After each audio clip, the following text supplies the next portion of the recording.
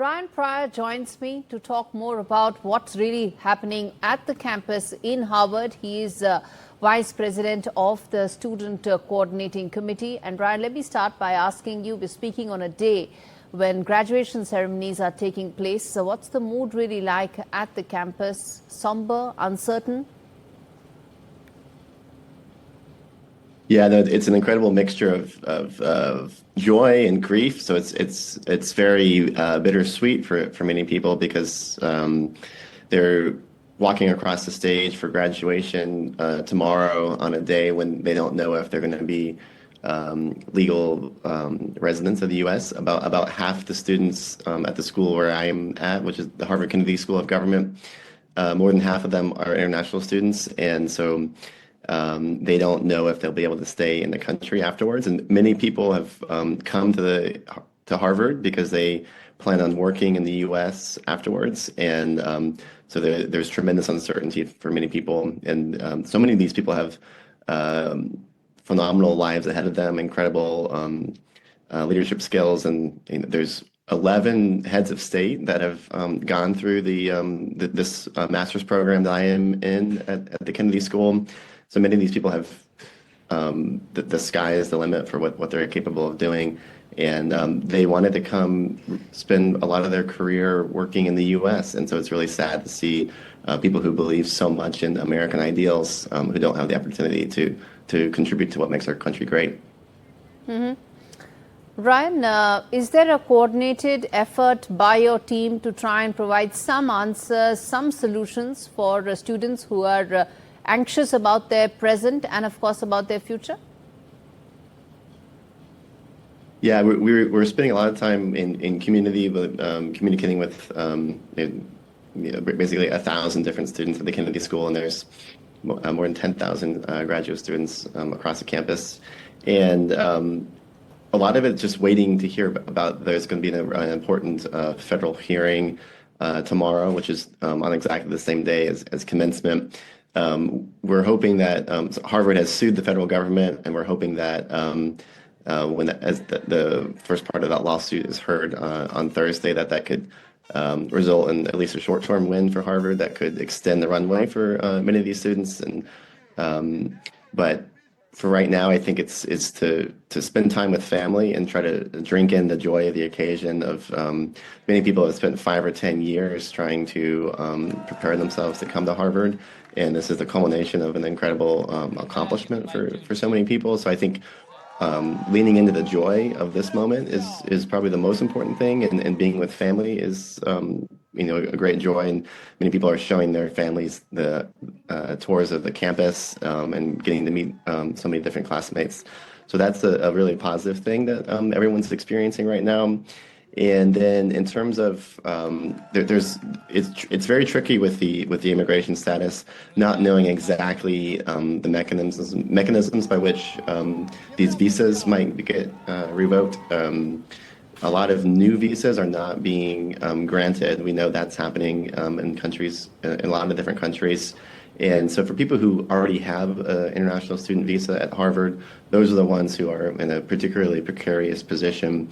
And we're kind of just waiting and seeing and taking a lot of guidance from Harvard's international office to figure out how to manage the next steps. But I think it's wait and see and spending time with family, and then trying to hope for the best that many of these people might have some opportunity to stay in the country.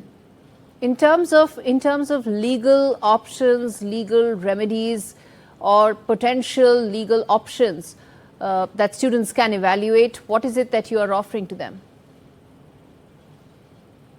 Yeah, my role is I'm one of the vice presidents on the Kennedy School of Student Government, so I'm vice president of communications. So the specific role that I'm playing is just trying to help get the message out for the value that the international students bring to Harvard and bring to the country.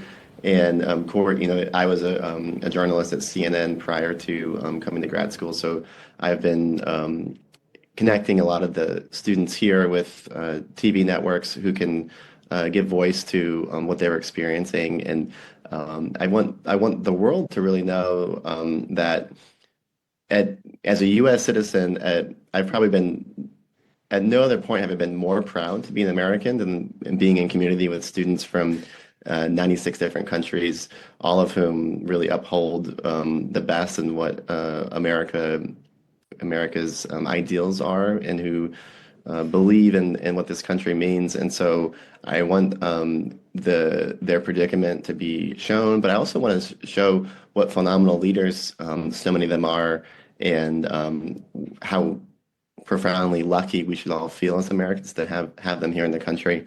And in terms of the specifics of the immigration status, I'm not an expert in that aspect of it, but we're waiting. We are receiving a lot of good guidance from Harvard as an institution to try to get through the specifics of it. But one thing I will note with the way that the Harvard has filed these lawsuits, and its primary interest is defending its own longevity as an institution, while Harvard tries to preserve itself as a university in the first place, a lot of people experience tremendous pain in that process, and many individual lives are upended in ways that Harvard cannot fully account for, and that's really a very sad thing. And I think that leaders in Washington should really be mindful of the fact that they're really potentially ruining so many of people's lives, and having to destroy a lot of dreams of people who felt that they have been such high achievers their entire life, and we should be lucky to have those people in this country. I'm glad you're saying that, Ryan, but the sense one gets is that this crackdown is far from over, and it seems that Trump administration is looking to take more steps in an ongoing battle. Is that how you see it? Yeah, exactly. And it seems complete. The current administration in Washington feels completely as though they're trying to ideologically occupy Harvard and take control of it in every possible way that they can. Or what may end up happening is it's going to systematically destroy or dismantle or turn Harvard into some kind of zombie institution where it still exists, but it almost has no power. So those are all likely. This is all going to take place as a much longer term battle over the next probably 3.5, if not more, years. And the Trump administration has more up its sleeve in terms of potentially looking into taking away Harvard's nonprofit status. They've already taken away essentially all federal grants that the university has. And they're also looking into other options in terms of accreditation status. And it's not Harvard is the crown jewel of American higher education, and it's really an extremely powerful symbol. So going after Harvard is really a way of going after the higher education system in general, and really a lot of the democratic institutions that we hold most dear in this country. So I feel very proud to be part of an institution that is upholding American ideals, and I hope that the rest of the country and the rest of the world really sees our Harvard's fight as valuable and worthy of support. So I'm hoping for the best, and I will do anything I can over the next 1 to 3 years as an alum to uphold an institution that's transformed my life. It's been really the happiest time of my life to be at Harvard, and I hope that future students are able to experience the joy and the transformation that I've experienced this year. Ryan, as we wrap things up here, I want to quickly ask you this. What's your message to all those Indian students who are watching this, evaluating opportunities at Harvard, but anxious and scared right now? Quickly. And just truly, my first message would just be that I'm sorry and I apologize that this is happening to you. Also, congratulations that on coming as far as you've come, and I would feel honored to have you in this country. And I think so many Americans would love for you to get to experience your dream here. Being very realistic, I think people should have other options.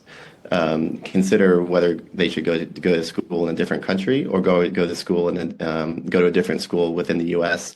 That's something that they have to keep in mind. But also take a deep breath and follow this as it's moving. And also have some faith that the American judicial system still has an important way of providing a check and balance on executive power that is being used unjustly.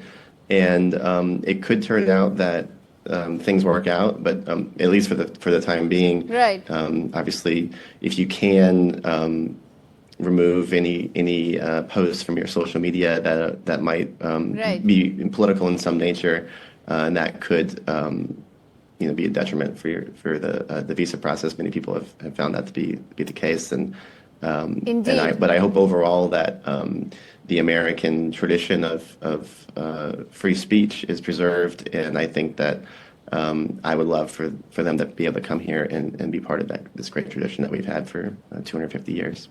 All right, let's leave it there. Ryan, a cautious note at which we are wrapping this up. Thank you so much for joining me on this edition of this very special show on Trump's crackdown on Harvard.